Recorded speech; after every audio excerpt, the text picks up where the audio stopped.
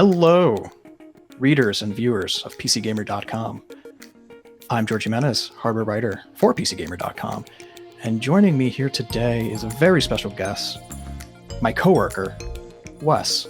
Hi, Wes. Hello, I'm Wes Fenlon. I feel really honored to be here. I feel like you just set me up for an acceptance speech at the Oscars or something. But all I have done is test out Valve's Steam Deck for a mere 2 hours. So this is probably one of the most significant things to come out of PC hardware in quite a few years, right? I mean, we're used to the usual cadence of new graphics cards, new CPUs. In this case, it's impossible to buy those things these days unless you get very lucky. And I think the Steam Deck's going to also be fairly hard to come by based on the fact that pre-orders for it are already out. Initially, if you got one right at the beginning, you were going to get it end of this year. Now it's going to be middle of 2022 by the time it actually shows up for you, right?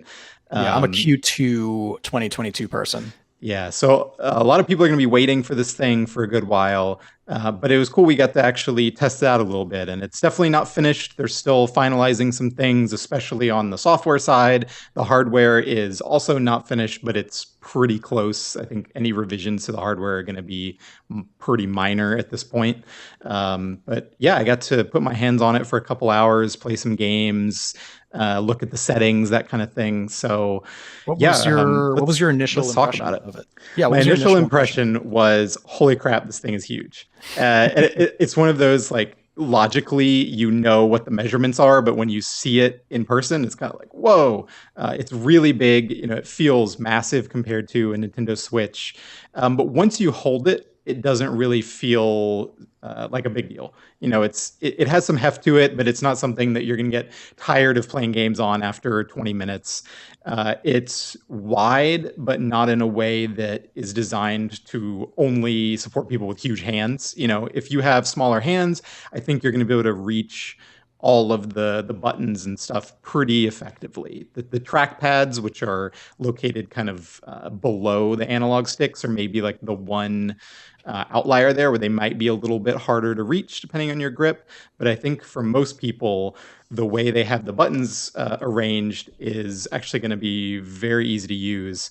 And that was kind of a relief, because when you were just looking at pictures of the Steam Deck, I don't know about you, but I felt like the layout for the controls looked kind of weird because they're all kind of sitting at the top, right?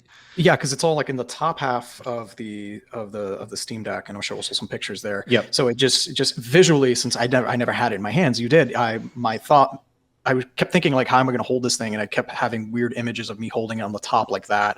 And I'm just that just doesn't seem comfortable. But you got to mess with it and you got to spend time with it. Do you just sort of get used to it? Or I think just really naturally, the brain have to come around. The way you hold it, you're kind of holding it at the top already, so that your fingers can kind of rest around the top of the device where the triggers and the bumpers are.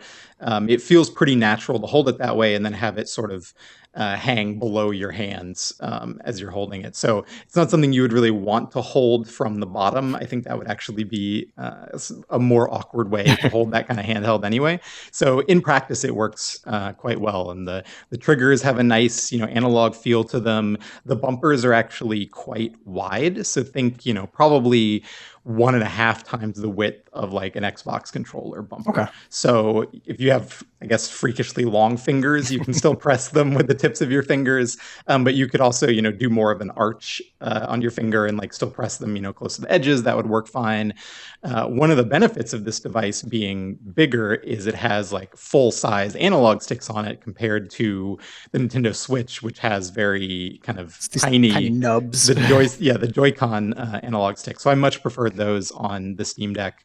And talking to some of the folks at Valve who worked on the design, they actually said making it bigger was part of their process of making it more comfortable. That actually adding a little bit more space between things worked out better ergonomically than trying to cram everything into a device that was 1 inch smaller or something. How did the screen feel when you were looking at it? It's what is it? It's roughly around 7 inches or so.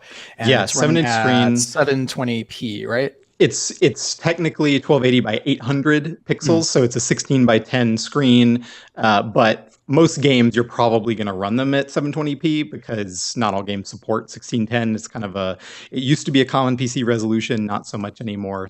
I thought the screen looked nice and sharp. I was using the high-end Steam Deck, which has the anti-glare coating Mhm. on the screen. And in some of the impressions pieces that went up last week after we saw the device, there was definitely some worry from people about whether the anti-glare screen is going to be too dull in comparison to the mid-tier or the lower tier Yeah. system, which doesn't have that anti-glare etching on it. And I didn't find it dull at all. I thought it looked really nice, but it doesn't have that like super saturated pop of an OLED. So if you're somebody Mhm. who like has like a Samsung Galaxy phone, or I think like the newest iPhones maybe also have like really vibrant screens, right? If you're used to that super vibrant screen, you might not love the look of this one.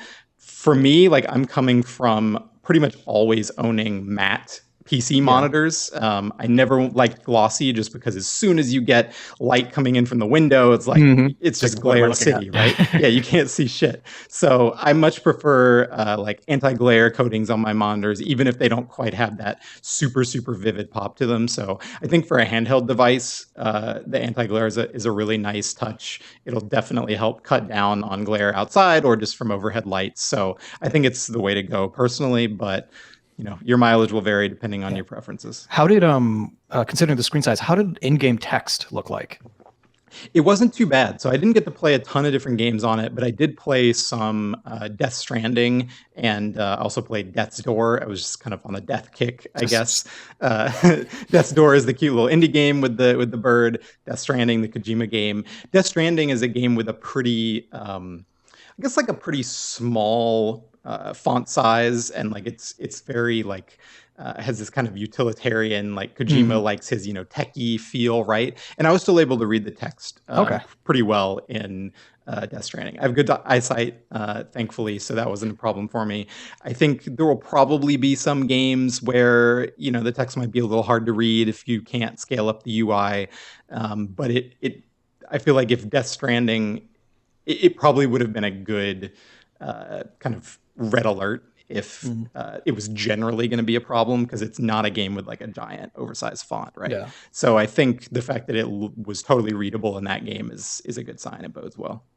Yeah, and you mentioned like the Steam Deck, it's out to developers now, so developers will be able to scale their UI or at least put the option in their games when they come out to work on a Steam Deck, which is kind of a relief. Yeah, I think Valve is like just starting. They might not have even sent them out yet, but if they haven't, it's like imminent that they're going to send them out. And one of the things the developers at Valve told me while I was there is they're working on an API for the Steam Deck that basically can just say to games like, "Hello, I'm a Steam Deck," and so developers, if they want to create a version of their game, and like even saying a version is kind of a Mhm. strong word, but if they want to add something to their game that can read the system and then configure your graphics and video settings appropriately, they'll be able to do that. The example they gave me is like right now, most games can kind of read a little bit about your system and they'll go, oh, he has a Mhm. 2560 by 1440 monitor. I'm going to go ahead and set the resolution to that. Maybe they can detect the refresh rate on it. If they know what your graphics card is, they might auto apply some settings to high or medium or ultra, whatever. So the API for Steam Deck will really just be telling games, these are the specs of the hardware, this is the resolution of the screen, and hopefully games will be able to just use that, and you'll boot it up and you won't even have to mess with the settings. It'll run great. Who knows how many developers will actually take advantage of that, but it's cool that that's a possibility. Yeah, it'd be interesting to see just because again, if the game doesn't recognize that it's on a Steam Deck and all your like graphical settings are out of whack, and then as soon as you boot up, you're like, wow, this thing is running at a terrible 8 frames per second. I can see that being like kind of a terrible user experience. Yeah, none of the games that I tested briefly had an issue like that. But it's certainly possible that some demanding games will default to really difficult settings for the Steam Deck. But the good thing is the resolution on the screen, 1280 by 800, and the hardware of this device, which is like pretty much brand new AMD, like their latest generation tech, it's going to be able to run even games like Death Stranding at 1280 by 800 pretty damn well. If you were trying to run those games at 4K on the Steam Deck, then yeah, you would be in that situation where you boot the game up and it's going at about 4 FPS, right? But at 1280 by 800, I think even a lot of games defaulting to high or ultra, they might not be able to keep, a consistent 30 right out of the box without tweaking, but I don't think they're going to like give you a migraine from the second you boot them up because they're, super framey or something. How were the how are the thermals on that thing? When running a game like a Death Stranding, a kind of a AAA, super demanding, high performance game, did the Steam Deck, did it get hot? Like, what areas in particular did you find that like, man, this'll burn a hand or two? So it was definitely pumping out some heat. It has vents on the top of the device, and then there's some vents on the back. I'm not sure if those were actually for blowing air out or if it was just for intake. But I think the top of the device is actually a really smart place for that ventilation to be, because unless you like pointed it at yourself for some reason, in which case you couldn't see the screen, it's not going to like be blowing in your face. It's not going to be blowing in your lap. So I didn't feel it ever get as hot as, say, like a lot of the old MacBooks would get. I mean, those can get really uncomfortable on your lap. Certainly, gaming laptops can get pretty uncomfortable. So when I put my hand above it, I could definitely feel some heat coming out of it. But the device itself, nowhere I was holding it, did it feel uncomfortably hot. We'll see if you run a game on it for like 3 hours straight, where it gets to. But Valve told me that they designed the clock speed and performance of it to never thermal throttle. So it'll get up to 20 watt TDP, and it should be able to just keep running without, hitting a point where it's too hot to hit max performance. So Death Stranding seemed like a pretty good test case. I was able to get 30 FPS, a few dips here and there, little performance things, but like for the most part, it just ran pretty well. I could definitely hear the fan spinning up a little bit. If you're in a room with the TV on or something else going on, probably not going to notice it. If you're sitting in a really quiet room playing a demanding game like Death Stranding, you're definitely going to hear the fan in this thing working hard, though. See, that'll be interesting because like the whole point of I'll play my Switch in the living room while my wife is watching TV because I'm like, oh, it's quiet, I'm not bothering anyone. But as soon as you start hearing, she's gonna turn over and be like, you need to turn that thing off. Yeah, I'm not sure. If you're playing some smaller, lighter indie games on it or classics, probably will be really quiet. I'm not sure if you're sitting there playing Death Stranding or something, if it'll be a little bit loud for somebody sitting next to you, but we'll see. We'll see when it's finally out. Did they give any indication as far as battery life? They gave a range of, it could run 2 to 8 hours, which is a very wide range for a thing. Yeah. As far as trying to measure battery life, did you get any sense? Were all of yours plugged in? Did they ever give? I didn't play it with when I sat down. It was plugged in, but I actually played with it loose the whole time. But granted, I only had like an hour and a half ish actually like time just holding and playing games on the thing. It definitely, I think, in a game again like Death Stranding, it's gonna go pretty quick. Probably 2 to 3 hours would be my guess. That's just kind of me estimating. I could be off there. But Valve did tell me that if you're streaming a game, so if you're using like Steam's in-home streaming feature, for example, and you're not actually running it on the Steam Deck, you're running it from your gaming PC, then you're probably going to hit like 8 hours, no problem. Same for like probably if you're streaming, Netflix or something like that. So there's definitely going to be a pretty stark range there depending on how demanding the game you're playing is. And I think the Switch is kind of like that, maybe not as extreme, but Breath of the Wild pushes it a lot harder than, say, the new like Phoenix Wright Ace Attorney games.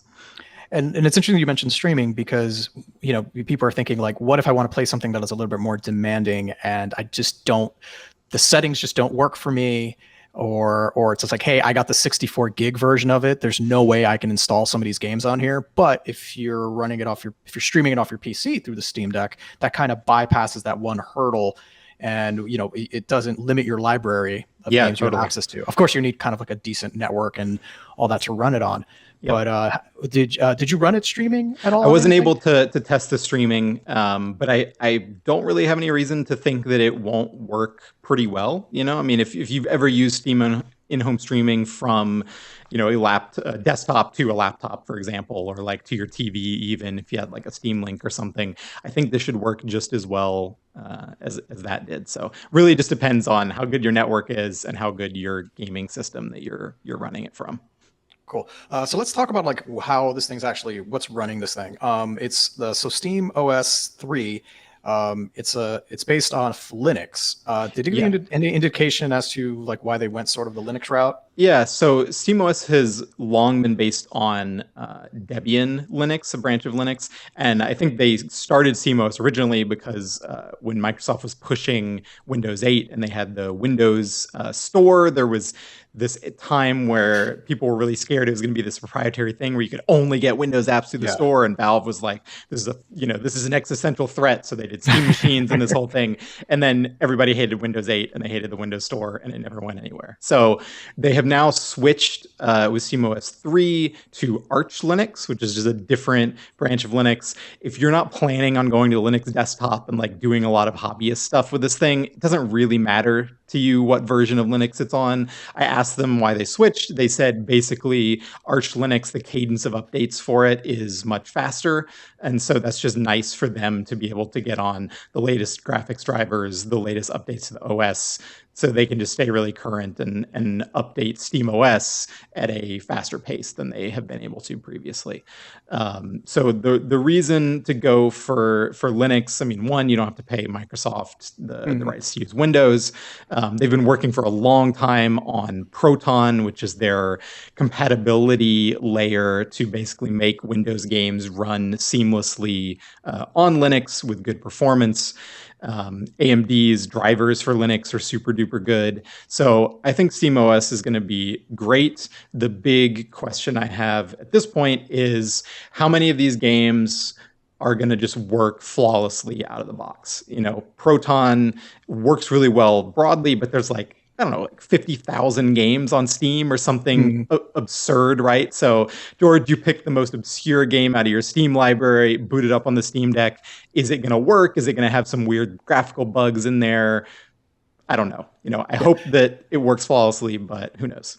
How was it just navigating SteamOS and like finding a game that you wanted to play? Also, were you able to log into your own Steam account, or did it have like kind of preloaded on like a Valve Steam account? Yeah, they just had a generic Valve Steam account. They were actually gonna let me do that, but I didn't end up having time to switch over. But I was gonna try to like load up a save file from a game.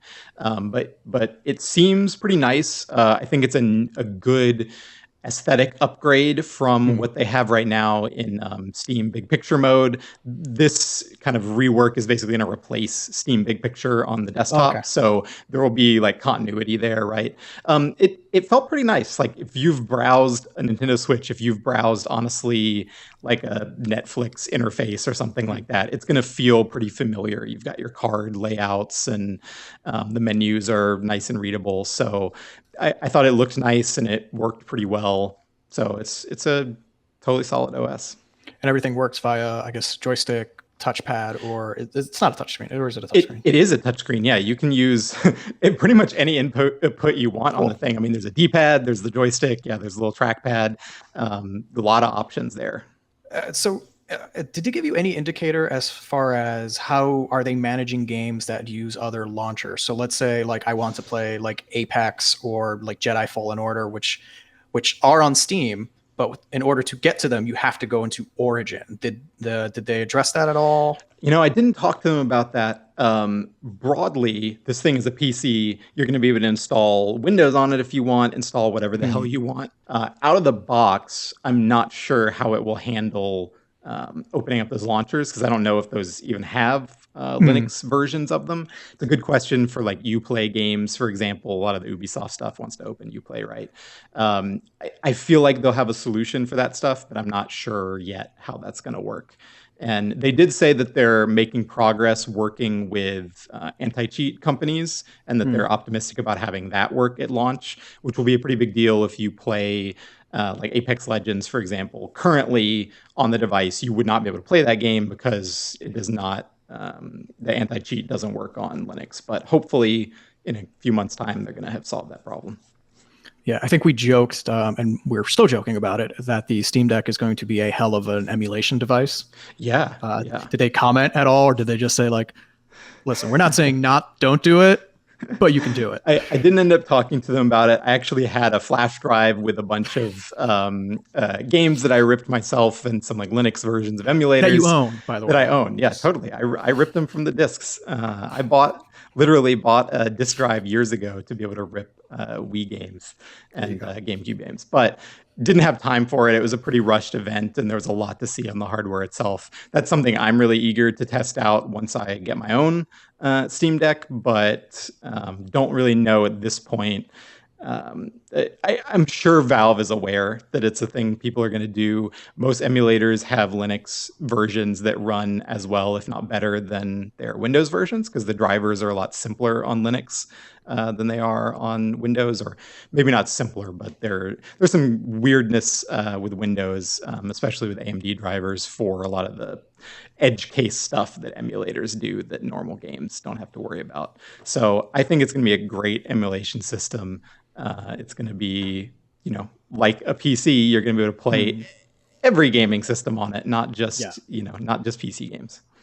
No, yeah, there are specific PC games that I just want to play in bed that lend themselves, like your strategy games. Totally. Like I just want to play BattleTech in bed. Like that's just my jam. What more could you ask for in life, really? Right. So did you get to spend any time with the system docked? So I looked at a system docked. They had a couple different ones set up. They had one set up with like on the Linux desktop itself. They had another one plugged in with just like a Bluetooth controller connected to it so that you could play a fighting game that way if you wanted to. I talked to Valve about it, the dock. And whether you buy, a third-party one or you buy theirs, it's not going to affect the system in any way. It's really more about just like, what kind of stuff do you want to plug into it? How do you want to dock it? Do you want it in a nice stand where you can, sit there and play it on the table? Do you just want to plug a power cable into it and get juice, and that's all you care about? But they deliberately so it doesn't act like a boost, or like the dock will not act like a boost or give it like an extra, I guess, boost of power in any way, shape, or form. So it doesn't work the way the Switch does in that way, where when you put the Switch in the dock, you get an extra like 10% clock speed or something, 20%. I'm not sure exactly what it does. The Steam Deck, they said they're prioritizing the handheld experience, and so it runs as fast as it can in handheld mode, and plugging power into it is not opening up a new level of performance they could get out of it. They basically balanced the TDP and everything so that what you get is as good as you can get out of it. So there's no expectation where like I plug this in and I plug this into a 4K monitor and now I can play games in 4K. It's just like you can try. It just won't play well in 4K. You can probably play old games, 90s, early 2000s games. You can probably run those at 4K just fine. You're not going to run Death Stranding at 4K without like some insane scaling options. It's not going to look real good. But like it can probably power a 4K monitor for just like desktop use just fine. I think this could end up being a great it won't fit in a pocket, but a pocket PC to like take traveling with you. Kind of thing. Plug it into the hotel TV. Yeah, plug in the hotel TV. You can get behind it with like a wireless mouse. Yeah. You'll be set. So I'm pretty excited for this thing. Big question I think still is, how will it handle all those games on Proton, or running through Proton? Is it going to really have compatibility with your whole Steam library? That's a big question, but and honestly, I think we're going to see people do some really cool stuff with this thing. Like technically Valve said, it doesn't have more power when you plug it in, but I don't think there's going to be anything stopping hobbyists from going into the BIOS of this thing and like trying to overclock it. And like maybe it's not going to run very well when you try to overclock it because it's a handheld, but people are going to try, right? And it's a PC, and Valve is not really locking that stuff down. So and they also once you have it, like, go crazy. They also seem to be discouraging it either. They're just saying like, listen, you own the damn thing, do whatever you want with it. Yeah, very, very Valve approach to the hardware, I think. So that's cool. It's a cool to have something very Nintendo Switch-esque, but from a very different type of company than Nintendo. And I love Nintendo games, and I love Nintendo's simplicity sometimes, but I also sometimes want to, be able to do crazier stuff with my hardware. So that's what the Steam Deck's going to be for. Yeah, like playing BattleTech in bed. Yeah, so it's, I guess, going to be out at the end of the year. We don't quite know exactly when and how many they're going to be able to ship out before 2022. But I'm looking forward to seeing more of it soon. Well, thank you, Wes, for updating us on all things Steam Deck. And then you are now the Steam Deck correspondent, since you are good with Gabe now. I assume was he there? Did you meet him? Gabe was not there. I don't know if he's back in New Zealand already or if he was. I mean, for all I know, he was in the office, but they were being pretty COVID conscious. Behind a two-way glass. Yeah, they kept us pretty sequestered. But yeah, if Gabe was there, I did not get to see him, sadly. But hey, maybe next time. Yeah, next time, Gabe, we'll say hi. Again, this was Wes and George from PCGamer.com with our just very impromptu Steam Deck talk. Make sure you head over to PCGamer.com for more Steam Deck coverage, articles, features, and just all around good times. Until then, we'll see you next time. Thanks, George.